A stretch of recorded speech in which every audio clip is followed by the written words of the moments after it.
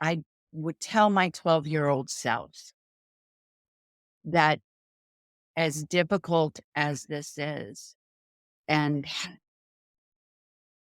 for all the pain you're going through, that you will one day understand why you had to go through this, and that you will find your knight in shining armor, and you will be loved. You will find that love in your life that you've always been seeking.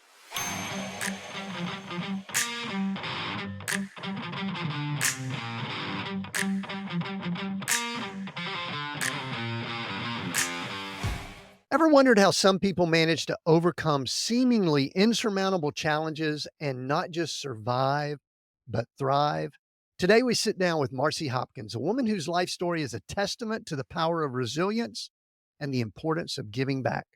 Marci is the Emmy Award winning host of Wake Up with Marci, a talk show with a heart, airing on CBS and streaming platforms where she shares inspiring stories of transformation.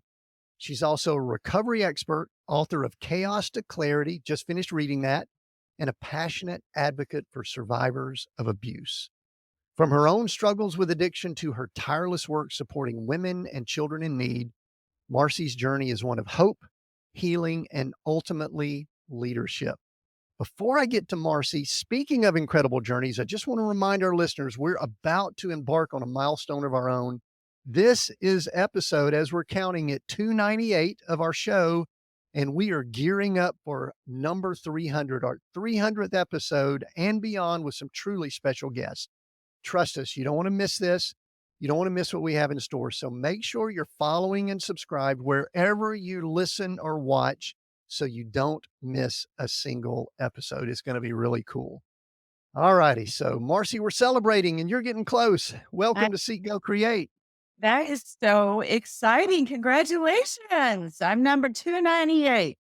298. Yeah. Have you ever been able to say that? Woohoo. I'm number 298. I have not, but yeah, I'll celebrate that today. Good, good, good, good. Well, I think we should celebrate every day, and 298 is something to celebrate. Marci, I'm very excited for this conversation. I read your book, looked at some of your stuff. It stretched me in some ways and caused me to think about a lot of things. And I think we're going to get into that and have Love it. some cool conversations. Before I do that, though, I call it an icebreaker question, but truthfully, it's too much for an icebreaker question. You've got a choice. First question. Yeah. Would you rather answer, what do you do, or who are you? Pick it and start answering. I'm going to say, who am I? Because that leads to what I do. So, who am I is someone that has overcome some difficulties in life, struggles from trauma and addiction, and overcoming the pain and being a victim. And today I am a survivor and a thriver, like you've said, and I'm almost 10 years sober. And through this journey, I have actually discovered who I am, what my joys are, what my passions are, what my purpose is. And it was by these difficult times and this huge transformational shift for me that I was able to go within and identify what it is that I was put on this earth to do. And that was to be of service to others, to help others through difficult times, know that they are worthy of a beautiful life, just as I have found, and that your past does not define you. We have multiple steps that we need to take in this life. And the first is turning ourselves over to our higher power, which is what I did. But today, because of this work, I am now doing that, helping others to live a beautiful, successful life through the platforms that I have created. And that is Wake Up with Marci and my book and beyond. Let's take a short break from the show. Think about the leader you are today and the leader you want to become. Hello, I'm Tim Winders, your guide to personal and professional transformation. In my executive coaching sessions, we dive deep into what it means to be a truly impactful leader. one who leads not just with skills, but with vision and faith. Through my coaching, leaders have redefined their approach, achieving not just success, but also purpose and joy in their work. Are you ready for this kind of transformation? Let's explore your potential together. Schedule your free discovery coaching call at timwinders.com/coaching. Your leadership journey is just beginning. Now back to Seek, Go, Create. Yeah, there's a word that just jumped in my head that I'm going to kind of ask as a follow up. And the word is peace. And are you at peace now? I sense that you are, but answer that. And then if you're at peace now, can you go back a little bit and talk about when you arrived at that place? And I know it's part of your story here. I don't know if I do want to dive into that, but tell me what it was like before then and then when it occurred. I will tell you, I mean, I lived in utter chaos. My book is Chaos to Clarity, and my life was chaos. I was raised in chaos. I was raised in drama. I was raised with yelling and just dysfunction. And that's all I knew. My relationships were dysfunctional. The way I managed my life was dysfunctional. And even though I would always say that I wanted that to be different, when that is all you know, when you do have peace in any way, your skin almost crawls. And then you create the drama and the chaos for yourself. It is once that I stopped when I stopped drinking and I put down the one thing that I thought that was helping me, but was actually destroying me, I was able to start the journey towards peace. And as I started doing the work, meditating, my gratitude practice, being very connected to God in a different way, I started to find peace. I wasn't reacting to life anymore. I became a good mother. I was a good wife. I am a good wife and a good mother. I'm a good friend. I'm a good leader. And I'm all these things now because I did the work and I have found peace within life, even during the difficult times, because I now know how to approach difficult times now. I look at them as a learning opportunity, even though they're hard to get through. It doesn't destroy me like it used to. And so to be in this place of peace and tranquility, which I do believe that, and part of that is being okay to be quiet and alone. It's a beautiful place to be. And it continues to evolve and get more and more comfortable. I think your husband's name's Ray. Is that That's correct? correct. I got the impression, and correct me if I'm wrong on this, that Ray grew up in a different atmosphere than Very. you did. Yeah. Yeah. I'm going to use a few words and then you could describe it. Uh-huh. That one would say it was more peaceful, maybe a bit of a father's knows best. Didn't sound like he came from a broken home or any abuse that was obvious or anything like that, and probably quiet and things like that. Would all that be accurate?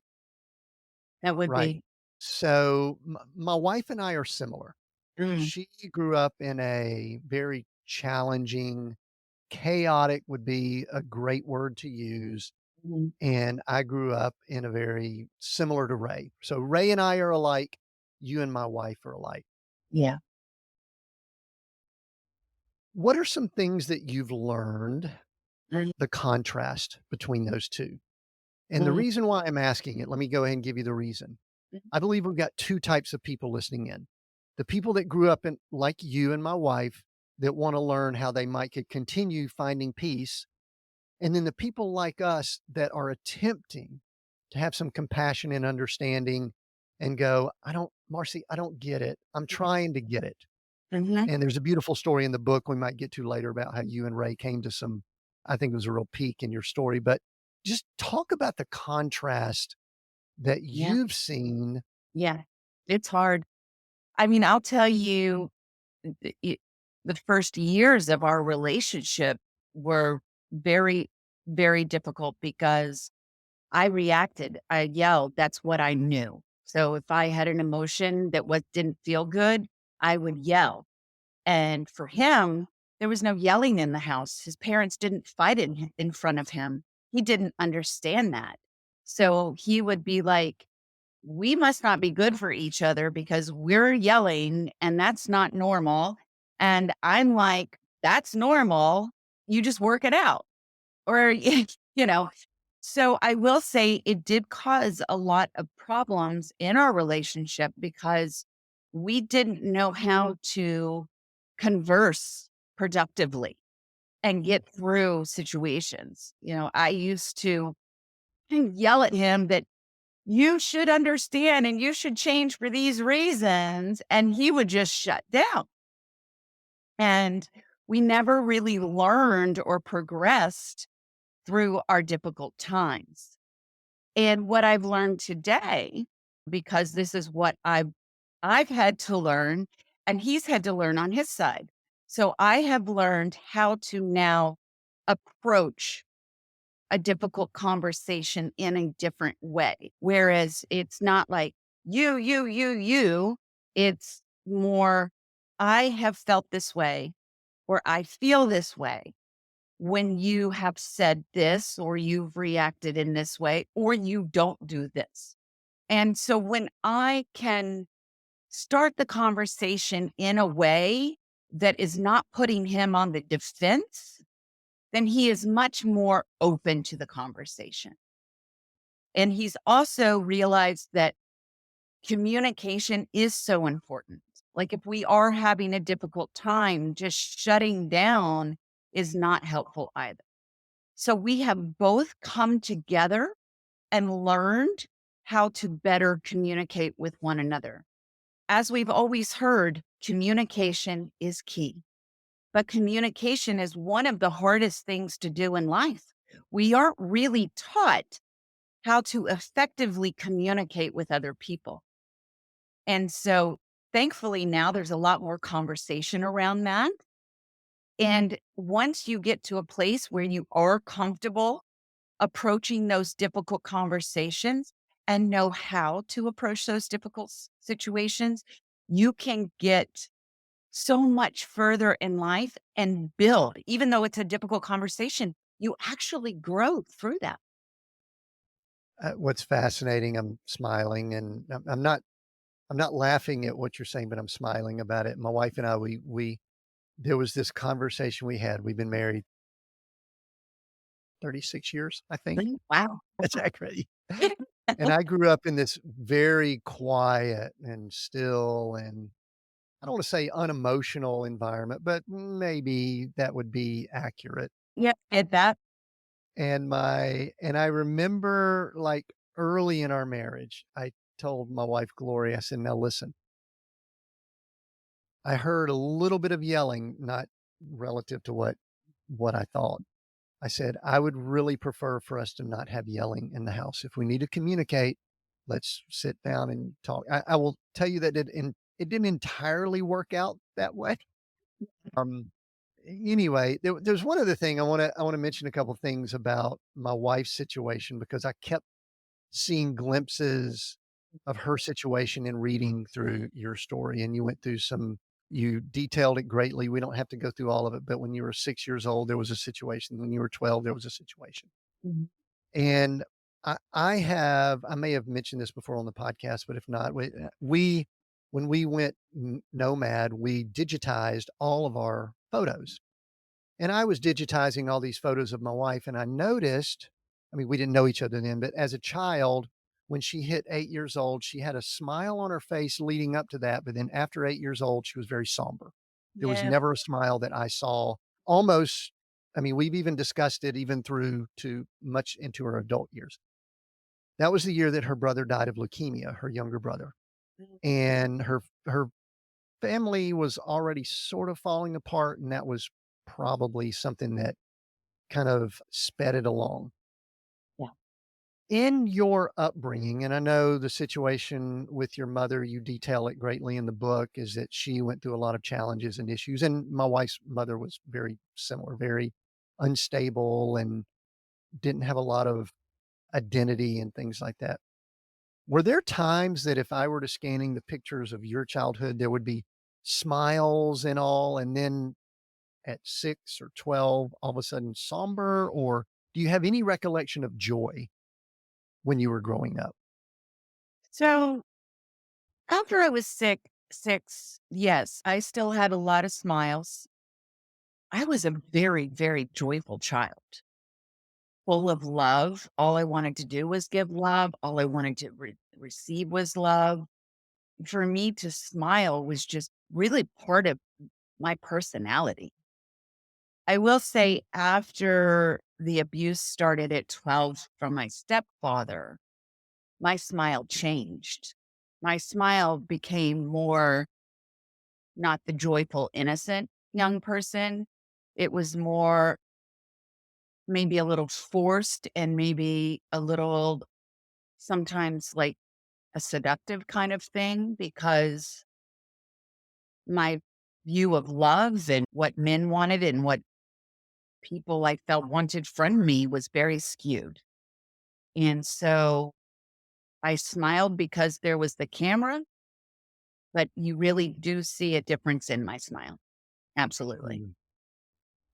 Yeah, and so one of the things that's interesting are the people that you mentioned. One of the things that kind of grabbed me initially is I think the first boyfriend that your mother had was named Tim. So like in the first few paragraphs of the book, you're saying, and Tim was this, and I'm going, little that's my name too. And then I got to tell you, a slight chuckle, and I'm not making light of the situation, but to see the name Richard Dick in writing and to know that he was Dick, Dick. the one. Yeah, yeah, yeah, it's like, not funny, but, uh, odd. One I, of the things that I kinda picked up on a few themes in reading through the book, yeah. and you talk about it some, and I just wanna ask about it. Mm, That is that there are situations where people are, victimized, mhm, and there's no doubt that when an adult male does something sexual with a 12-year-old that there is an inappropriate situation there. But there's also situations where we start owning the term victim, and I think you use the word victimhood. And this is a difficult question for someone who hasn't experienced it, so I hope it's appropriate. But in looking back, is there anything that you would advise? Let me tell you one of the reasons for this question too. I've got a 4-year-old and a 2-year-old granddaughter. I know they're going out in the world, and I guess I'm just wondering if you could have told your 12-year-old self or even your 6-year-old self something, what would you have said that might have helped the situation? And if that's like a Tim, you don't understand type question, you could tell me that. But eh, yeah, I guess at that time when I was 12 years old and my mother married Richard, I thought he was my knight in shining armor, that I was finally going to have a dad, that I was going to have this beautiful life, right? With my mother finally. And no matter what my mother ever did to me in my life, I loved her with every essence of myself. And I always wanted her to love me and be the mom I always wanted. And so I thought Richard was going to be that answer for us. So when that didn't happen, I continued to seek that. So I guess that I would tell my 12-year-old self that as difficult as this is, and for all the pain you're going through, that you will one day understand why you had to go through this, and that you will find your knight in shining armor and you will be loved.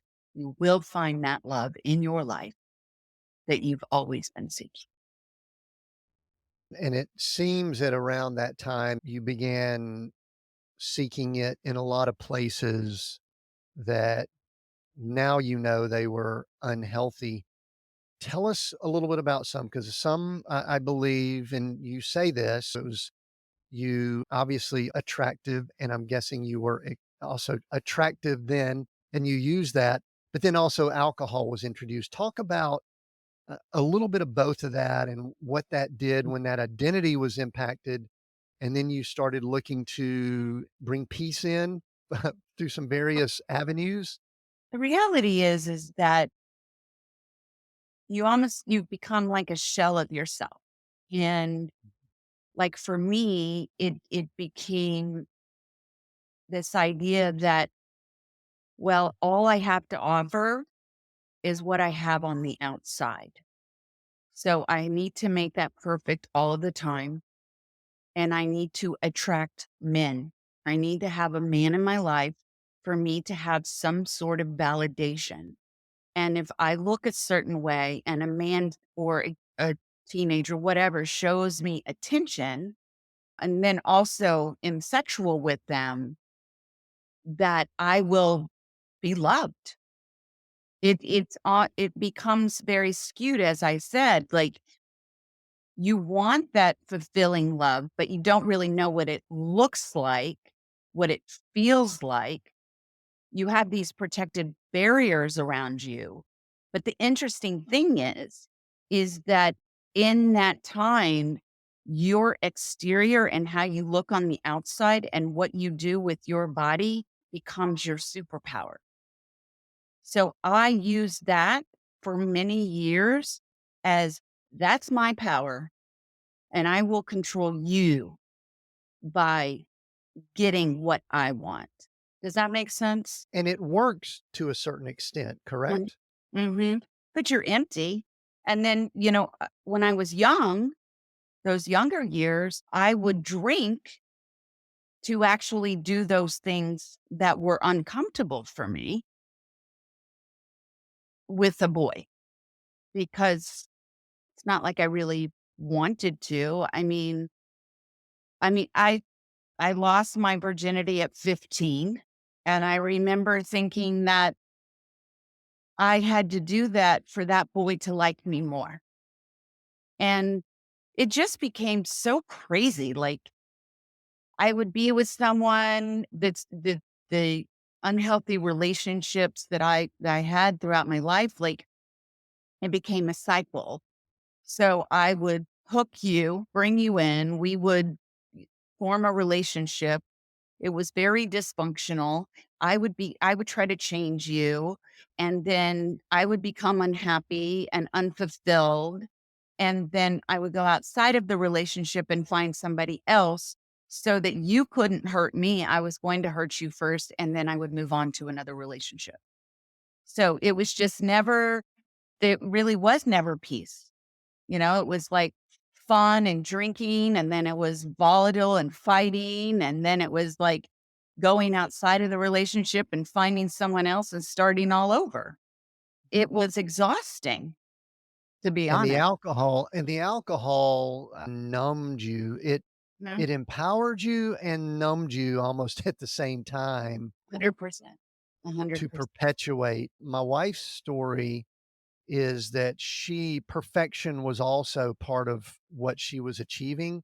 She Yeah. thought it would keep her parents together, Yeah. generate love from her mother, and possibly acceptance from her father who had abandoned her, left them. So what she did, she went a little bit different way, and she hated men, is what she said, There's that too. which I will tell you, Marcy, made it pretty darn difficult when we bumped into each other and I was fairly smitten. And Yeah. one of the first things out of her mouth was, "I hate men." I am just so egotistical and arrogant enough to say, "Oh, well, this could be a bit of a challenge." I tell you, But it's always driven by a challenge, believe me. yeah, yeah, yeah. All right. So what it led to was this, if I did the math right, 20, 30 years of alcohol abuse. And Yes. and and one of the things you said, I do want to kind of layer this in. I think you brought this in towards the tail end of the book. You said that your view of yourself had been attractive or that you had looks, but that you didn't feel as if you were intelligent or smart. Yes. Were either one of those lies? Well, what's interesting is if you look back at my life and in work and all, I was always succeeding. I was always moving and moving up, and people would seek me out and put me in higher positions. So I guess I was doing something right. I'm a very driven person, but as you said, that alcohol would numb me and it didn't allow me to work at my full capacity. And so a lot of times when I would drink, I think more of that feeling stupid was I couldn't think very clearly. I would say things that were very embarrassing. So I was constantly in this cycle of shame about how I was feeling. And so really it was not trusting myself, not believing in myself. And the only way that I felt comfortable is if I was having a glass of wine. And Mm, so I think that I know now, I mean, I know I'm not stupid and I know that I can do whatever I put my mind to. But at that time, I was so broken inside. And so the only thing I knew how to do was be loving to my children. My children were everything to me and try to keep the facade up of mm, everything looking perfect, but all the while feeling that I was nothing but a failure. right. What were the Mhm. ages of your children when I think it was October of 2015. We'll talk about that in just a little while. But Yeah. what were their ages when you had your moment? That Well, I'm when it's curious. speaking, they were 9 and 11. Those are some pretty impressionable ages. Have you had any discussions with them about what it was like before and then what it's been like after? And what do you think the impact has been on them that they've kind of lived through this journey? Well, honestly, Tim, I was on that slippery slope of drinking, but it wasn't like I wasn't drinking to a blackout every night. I wasn't, it was just, and there's a lot of women out there, a lot of men out there. I mean, you're at home and you're having 3, 4 drinks at a night, right? And that becomes the norm. And I couldn't go to a restaurant if they didn't serve alcohol. And so it, in my drinking elevated when I got in front of the camera, I started using it as liquid courage. The worst part of that time was, making negative, difficult, disastrous decisions and things that I was doing. And then also the yelling and fighting that my husband and I were going through. That was the most impactful, traumatic thing for my son. My daughter doesn't remember anything really, but my son, now that I know my son as an adult, he's an extremely intelligent person. So he was taking in even more than I even understood. And so he has had to deal with that. I thought at that time it was about working on myself and working on the relationship with my husband.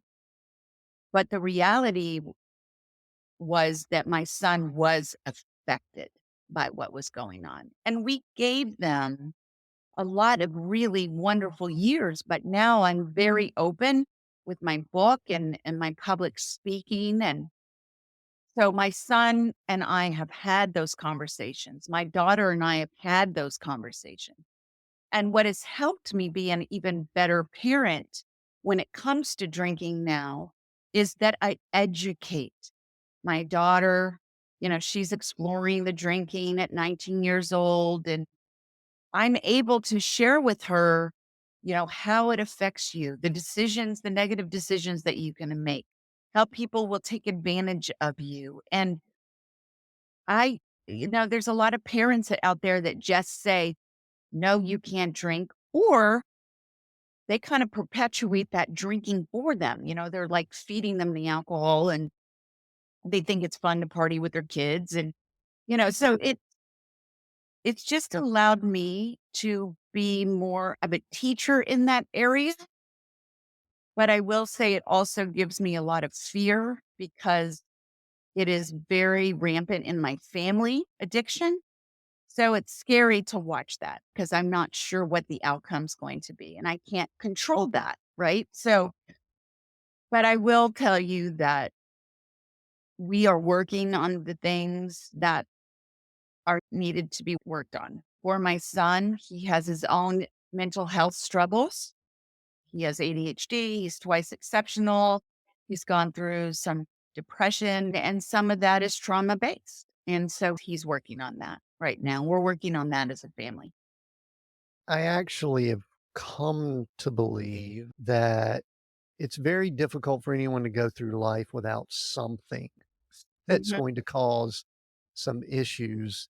Our story is that we were living in resort community, golf courses, blah, blah, blah, all leading up to '08, and then 5 years later, and our kids were they were probably pushing the ages that yours were when you became sober, and Yeah. then we went through financial collapse that was just like, me waking up every morning and just saying, "Okay, just keep punching me in the gut, punch me in the gut," because my identity was sort of tied up in I'm good at business, I'm good at making money, I'm good at bringing things in, and we're realizing now our children are in their 30s that, there was pretty big impact with trauma because they bring up trauma and, sometimes people of my generation go, "Trauma? What are you talking about?" I know Come it's on. very different. But what it was, I mean, we were in a 6,000 square foot home, and then my wife and I were in a Honda van and told the kids, "There's no home to come home to." So Wow. a lot of that's been restored. But let's talk about kind of the road to recovery because I think it's a learning, and I want to layer this in.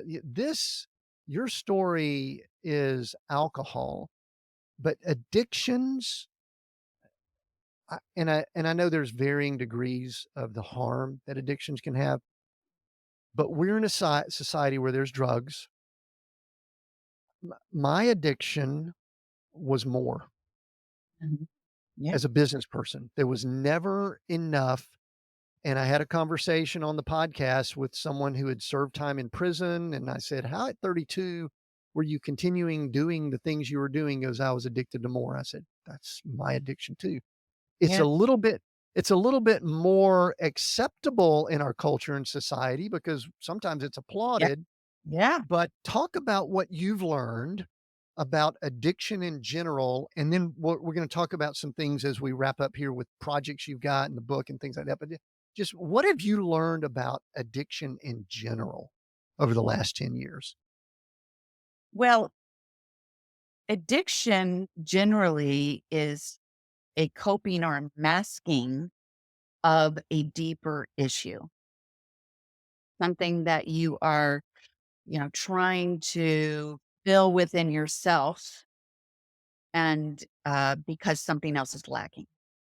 The other thing about addiction, whether it's food or workaholic or working out too much or being on the computer or social media or drinking or drugs, it literally all stems from the same thing. And that is the dopamine hit that we get within our brain. And that's the feel good chemical within our brains, right? So the more we do it, we feel good the first time, we feel good the second time, we feel good the thousandth time, but then it doesn't feel good anymore. It becomes too much. Our brains literally have to rewire the way that we are uh, trans, transferring that dopamine within our brains. And so that really is at the core. It makes us feel good. And so what do we want? We want to feel good. We want to be happy. And it's easier to be happy if you're doing these other things because to be fulfilled is work. it's action. And there are multiple things that you need to do to rewire the way that you think, rewire the way that we were programmed from when we were raised, rewire the way that we talk to ourselves, the way we think of ourselves, how we energetically put ourselves out there towards the universe and the world. And there's just so many things that we need to do. And this is something I've done. So I know it works. But addiction at the end of the day is really just masking a bigger problem. I've always wondered, and I actually was thinking through this as I was reading through your book, because part of your recovery process was going to AA. Mm. And I so appreciate in your book, you, in your words, walking through the 12-step process. I want to tell you right up front how I appreciated that, because I knew piece parts of the 12-step process. I've never had anyone walk through it kind of in, we'll call it layman's terms, not Yeah. the big book or anything like that. Yeah. And at its foundation, it is a surrender to that higher power, which I would word it as a minister and a follower of Jesus Christ as, and you've said it similarly, letting Jesus come into your life and admitting that there's something bigger than you. Yeah. How important is I mean, because I think what we begin doing, I would put my business, expertise, air quotes for those that are not watching this on the video, as higher than my relationship with my Heavenly Father. Oh, of And it course. sounds to me like your alcohol and things like that, you elevated it. We call it idols, I guess, in church world, but they aren't. It doesn't it seem like most of us are going through this life looking at putting many things above that relationship with God? Yeah. Yeah. Listen, I was raised in church, but just life was so chaotic that it didn't it didn't stay with me. I always believed in God. I always loved God and Jesus. But when I got sober and there was a little church, most AA meetings are held at a church. There was a little church attached to the place that we had the meeting. And I would go into this little church and I just started slowly becoming more connected and grounded and quiet. And there was a lamb, a little picture of a lamb, literally like this big. And it had a gold lamb with a red felt back and it was framed. And I would just look at this lamb and I was just like, Jesus, save me. Jesus, come into my heart. And if you get, if I get through this, I will always follow you. I will always, you will be my shepherd. And it is, in church, we're always taught he's just waiting for you to ask. And when that happened, it really, and it wasn't just one time. I mean, it was over and over. And I started practicing every morning, praying to God. And there was a YouTube video. I mean, we're talking almost 10 years later. I still go to this YouTube video connecting to God. And it's not any specific religion or anything. It's about truly, because I think of God now, like we're raised to almost think of like this man with, silver hair and a silver beard in the sky. And he's bigger than all of us, right? But it's just this divine energy of love. And we're all connected by this love. And that's so now I just feel that. I envision that. And then I see myself in Jesus's arms. And Mhm, it's just my connection today is so, so very, very different. And it has saved me. And I do it every day because it is a practice to stay connected. So as you're saying, w- right, all these other things become more important and and God or our divine or universe, whatever, because it's down here, but we mhm. work every day. We're not doing that practice every day. So that's why you have to make that practice every day. And then the work, you still can do the work, but it's almost more fulfilling and you're better at it when you have that connection and you make God, universe, the divine, the priority. And, Right. s- and so that has changed significantly for me. And that's why today it is the number one practice for me. Do you think you're almost 10 years sober? Congratulations. Do Yeah. you think that there is any way you could have had 1 year to 10 years sober without that spiritual foundation? Not at all. You've been around a number of people with AA. Do you believe that that is the common thread? When you work the program and you do the foundational steps, and that's one of the reasons I shared, because most people don't know, right? They're outside and they don't really know what it is. But those steps, no matter who you are, will benefit you in your life. It helped me get sober, but what it really helped me to do was heal. I had been through therapy. I had been through all the things, right? But when I started doing that work, it was completely different. I mean, AA is really based, it's a spiritual based Right. program. Right. So that's why I shared that. One of the things that came to mind while I was reading through your book, this it's a little bit of a we just talk spiritual now on it. I believe we're spirit, soul, and body. That's what we're made up of. Yeah. And one of the things that I thought of while reading through this was what is the physical implications of someone who's drinking? You use the term almost daily. So I'm assuming you're drinking almost daily for that length of time. I did the math. I don't know if it was 30 years or 20 something years or something like that. Can you do you notice anything physically? I believe that you could also be healed. I believe that God can heal that and restore all that. But do you notice anything that you tell yourself that's probably a repercussion from somewhat abusing myself physically for a period of time? Does that make sense? Right. For me, no, I don't have any repercussions at this time from that. Right. Uh, at the time, I was very puffy and I couldn't sleep. I was also going through perimenopause, which is another huge factor I've realized post my addiction and that in my 40s how difficult that time was for me. I also had a lot of burning in my stomach. I'm sure that I was eating away the lining of my stomach probably. So there were a lot of issues there, but I would say that I'm very healthy today. One of the things I'm curious about is I know you've been through AA, I know you've done through all that, but are there other barriers that one puts up?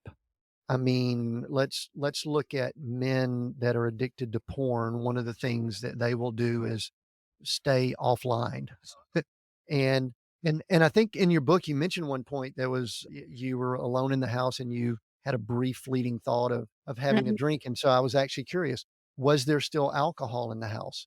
What do you do when you go out with other people that may be drinking? We actually we have a where we're at here in this resort. We're having a happy hour tonight. It's not totally dedicated to drinking, but there'll be probably a little bit of wine and something like that. Do you go to those things? What would that look like for you now?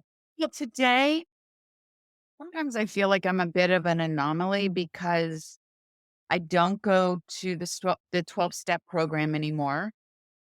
And I have no problem with having alcohol around me at all. There's alcohol in the house. I go to functions all the time. It does not bother me at all. I would never, never, I mean, you can't say I won't ever, but can't predict the future. But what I have, I would never, ever want to give up for any amount of alcohol. But in the beginning, when you're starting, just like anything, when you're changing a bad habit or an addiction to something, there are multiple things that you have to change. There's many things that you learn within the meetings that help you. The first thing is, and this is with anything, you need to change the people, places, and things, the things that trigger you to drink. And yes, you need to take it all out of your house. And you can't go to the same restaurants. You can't necessarily hang around the same people because if you're drinking, you're probably hanging around people that are drinking like you or more, or, so you don't feel bad about yourself. You do have to change. And for instance, that incident that you're talking about that I shared in my book, my husband traveled a lot. And if you're alone, you can do anything, but who knows? You're full of guilt over that. And I didn't want to live with that anymore. And so one of the things that I had learned was move a muscle, change a thought. You can only think about one thing at one time. So I was laying on the couch, I was watching a movie, and I thought about, oh, if I had some wine right now, no one would know. But I got up and I actually went and got the big book and I did something else, so and that's with anything, so if you're at a party, make sure you drive your own car so you can leave, make yourself useful, always make yourself useful. That's a big thing.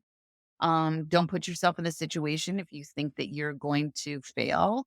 Make sure you've eaten, make sure you drink enough water. So there's just all these things. I mean, I could go down a million lists. I've got a whole toolbox I've actually put together. I have so many freebies that I have, but that's a big one for me.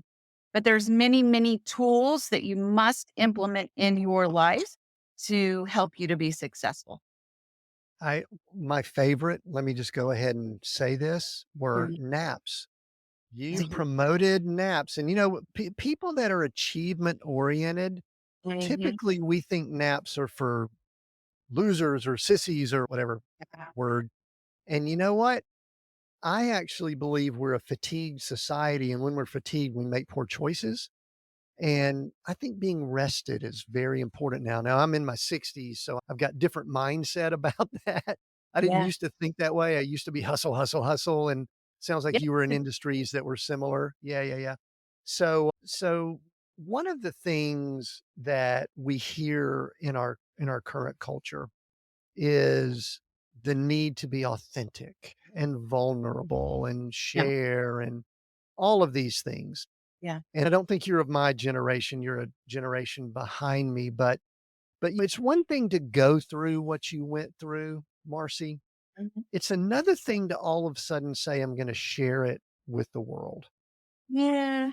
What's up with that? I mean, here I am, I'm on a podcast and I've shared my story, and I Yeah. actually have in some of my quiet times with the Lord, I'll say, "Lord, is this something I just need to keep to myself? Yeah. Or do I need to talk about it with Marcy so that the world can hear it on YouTube?" And tell me a little bit about the process of going from deal with it on my own, keep it quiet within the family, etc., or wake up with Marcy, write a Yeah. book. Talk Yeah. about that. Well, first of all, I'll say if you stay isolated, quiet, and keep it in your family, you're going to stay sick. Sharing your story is so, so important for your healing. Doesn't need to be with the world, but it is so important to talk about things, get perspectives from other people. They allow you to get advice and people out there that can help you, and you don't feel alone and you don't feel stuck and you don't feel like you're the only one going through it. So I think that that's really, really important. It wasn't like I initially just started sharing with everyone. I started healing and there were some things that I was going through. And my book has to clarity seeing the signs and breaking the cycle. So seeing the signs, I started seeing signs from the other side. I started being guided as to what it is that I was meant to do. And so sharing my story, writing a book, starting a TV show, I mean, I can't even fathom that I've done all of these things, but I was so guided to do them. And when I listened and started pursuing those things, there were people that were brought into my life that helped me to move forward to make it possible. And I just listened to my inner intuition. We must listen to our intuition. And I just knew that it was the right thing to do to help other people to not feel by themselves, not feel alone. And it was hard in the beginning. Listen, I used to feel like, God, I'm going to be so judged in my community, but I just I've always asked God when I started this that I'm your conduit. Just please speak through me and to help me make a difference. I think there's so much power in that.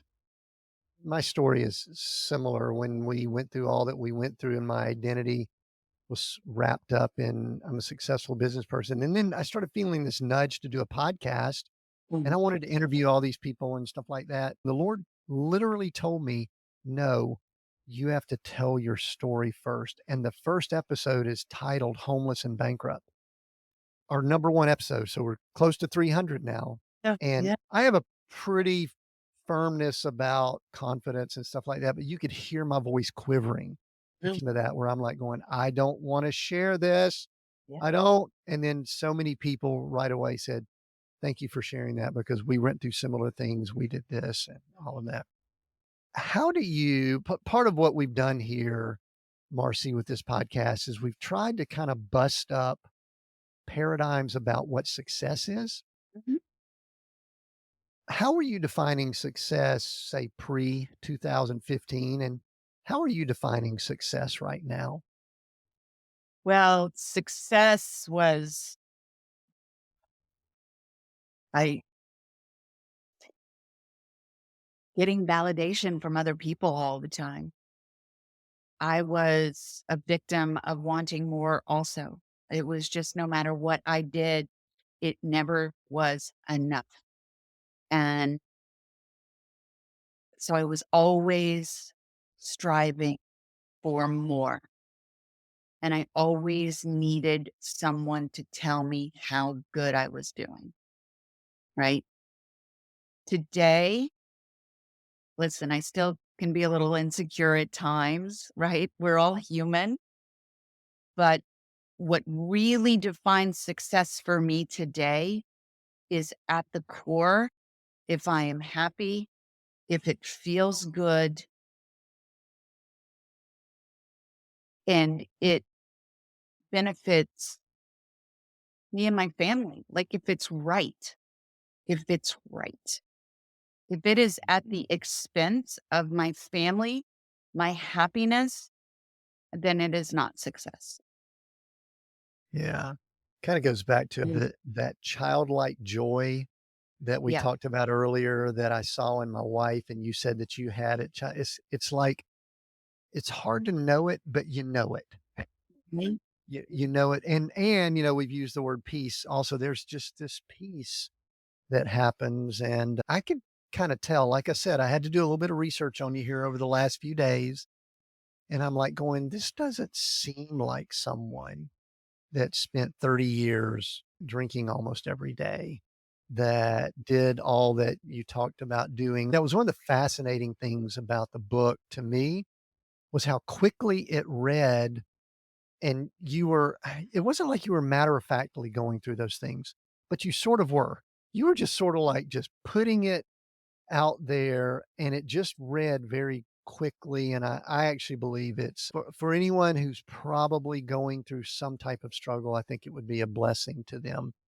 Marcy, for people that want more of you, tell us now where they could find. I've got it's on my Kindle here, the Uh-huh. book, but tell us where they can find you. You've got a show, I think, that's out there. I found it on YouTube this morning. I'm pointing to my TV for people wondering TV here in the RV. Tell us where people can find you. We'll put it down in the notes, and then I got one more question I want to ask you before we wrap up. Well, everything is on wakeupwithmarcy.com. And I will tell you my new guided mission in life. I have retired the talk show. I haven't retired from doing a talk show, but I have retired the show on WLNY TV. I shot my last episode last week and I moved to Florida to be a snowbird until May. And I'm extremely happy. And what I'm doing now is I am launching my show. I'm continuing with the name Wake Up with Marcy because I've had the branding for 7 years. I'm just changing look. And it's going to be more geared as a podcast because you can reach people globally. You can deep dive into conversations where you can't do that on a TV show. You've got like 7, 8 minutes or 4 minutes. It's very, very tight. And so my dream has to always been to really fully connect with somebody and share their stories to create change. And you can't do that when you have a TV show necessarily. So I launching my podcast March 1st, Wake Up with Marcy, a deep dive into self-discovery. And I'm partnering with USA Today, the media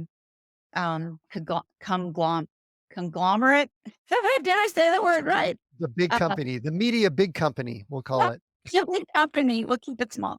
But there, I've had this opportunity to partner with them. So I'm going to have also some of my show that will be on USA Today. So I'm just very excited about that.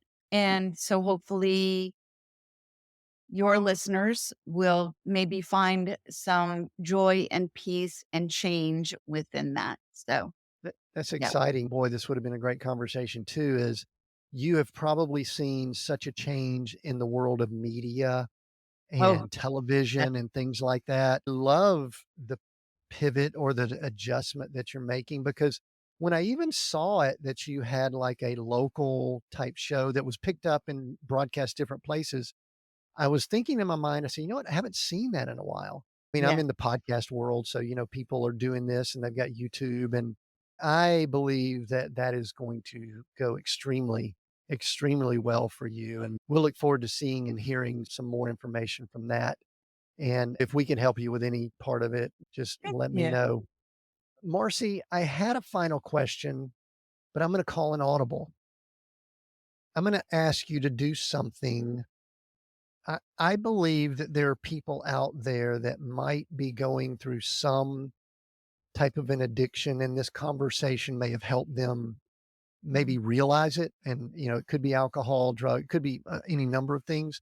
Yeah. I'm going to ask you to, yeah, I hate to limit 30 seconds or something, just look in the camera, speaking in the microphone, and encourage them. Tell them something. I don't know what it would be. We'll kind of let the Lord maybe guide you here. But if someone is struggling with things like maybe you were in 2015, what would you want to tell that person? I've been there. I've been where you are right now. And it is a very scary time. You feel very alone. You feel that there's no answer. There's no light at the end of the tunnel.